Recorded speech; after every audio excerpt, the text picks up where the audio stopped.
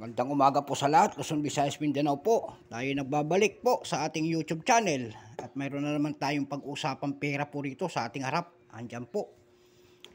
Naglalambing po sana kahit paunti-unti po pagtaas ng ating subscriber po. Baka pwede makisuyo. Pakipindot naman po ang ating notification bell para ma-update po kayo sa ating mga latest na video po. At ating magandang umaga po sa ating mga kolektor dyan, Luzon, Visayas, Mindanao po, kung saan kayong panig ng mundo po. Ayan po, mayroon tayong pag-uusapan po, yung ating papel. Nakalagay po sa bagong lipunan series po, kung tawagin nila noon. 2 pesos po, papel. Ayan. Ayan po, papel po, ang bagong lipunan series po. Nagsimula po ito 1973 hanggang 1978 po. Ayan po. Perang papel, 2 pesos po. Ayan. Ayan po ang ating pag-uusapan ngayon. Pansamantala po, kilalanin muna natin ang perang papel na ito. Issue, Philippines, Central Bank of the Philippines po. Period po, Republic, 1946, up to date po.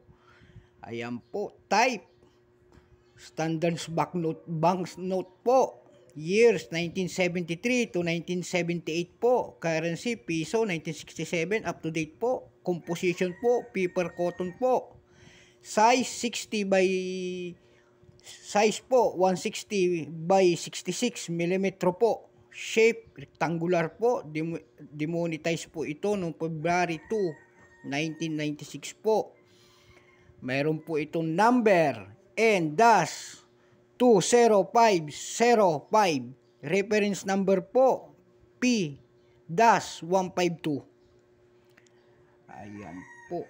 Dalawang klase po ang 2 pesos natin. Ito po ay black.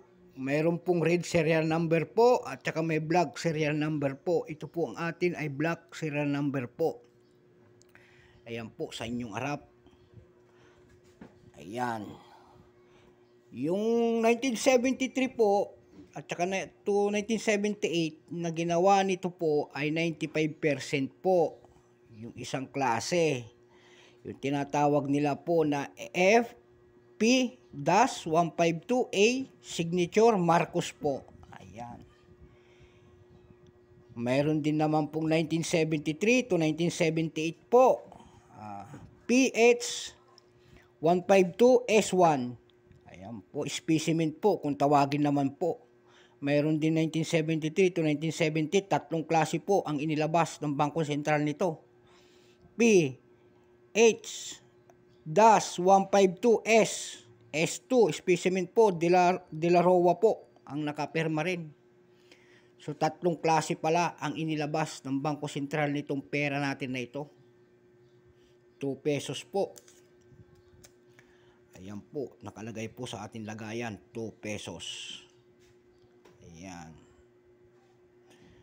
Bangko Sentral po ng Pilipinas. Ayan po, ang ating 2 pesos. Napakaganda pang klase po. Kaso nga lang, hindi na siya fancy po. Ayan, hindi na siya ano. Pero maganda pa pong klase kasi nakalagay po ito.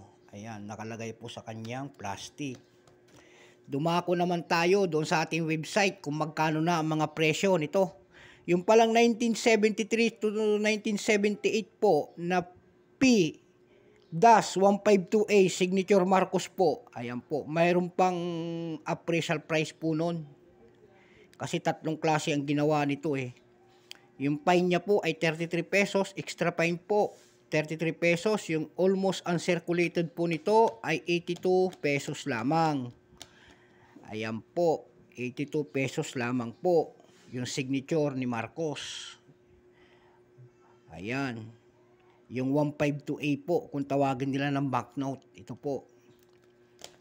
Ayan po, pero yung ano, P-152 is 1 specimen po na ano po, wala pong appraisal price. Yung po lamang ay 2%.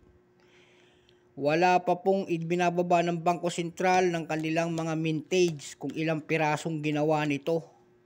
Yung sa kabila po naman na 1973 to 1978, kung tawagan nila ay P-152S2, Specimen de la Roa po.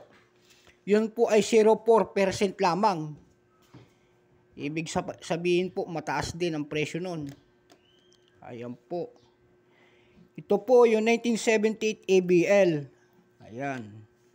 Doon po sa numista.com po. Ayan, palako na tayo doon sa mga presyo ng ating mga numista. Yung numista.com po, mayroon tayong nakita doon, 1978 ABL. Nakapalo po ito sa ABL, bago po ng series po.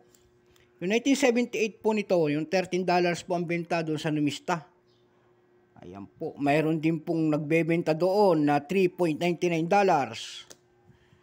Ayan po, kung maganda pa at malutong, kung tawagin nila, maganda ang presyo. Ayan po, pero kung pangit, wala na pong bumibili.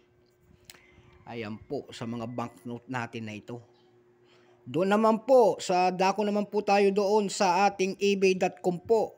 Ayan, mayroon nagbebenta doon nito ng $6.25, $2.14, mayroon pong mapakataas doon na $98, $68, $45. Ayan po, mayroon doon nagbebenta nito na 5 piraso po, 5 pieces po. $198. Ganun siya kalaki. Ayan. Ganun siya kalaki. Doon pa naman po sa carousel natin, may nagbebenta rin po nito. Ayan. Dako na tayo sa carousel.com po. Mayroon nagbebenta po nito ng 300 pesos. Ayan po. May tinatawag silang solid number din doon. Ayan po, para makita nyo yung ating mga kalakaran sa banknote. Yung tinatawag nilang solid number po, para malaman ninyo, titignan nyo yung ating perang papel. Ayan, nakita nyo yung number nito. Pag yan po ay pare-parehas po na 9, walang pinagkaiba, yun ang solid number. 0, pare-parehas po, solid number. 1, pare-parehas po na walang pinagkaiba, dire-diretso po na 1, solid number kung tawagin yun. Bihira lang po sa pera natin papel yun. Yung po naman po ay nagkakahalaga doon sa carousel ng 2,000 pesos per piece. Ayan po. Ayan. Yung ating pirang papel na pinagmamalaki natin, napakaganda. At hanggang dito na lamang po ang ating vlog sa umagang ito. Magandang umaga po sa lahat ng kolektor, Luzon, Visayas, Mindanao po, kung saan kayong panig ng mundo. Bye-bye po. At hanggang dito na lamang. I see you next time.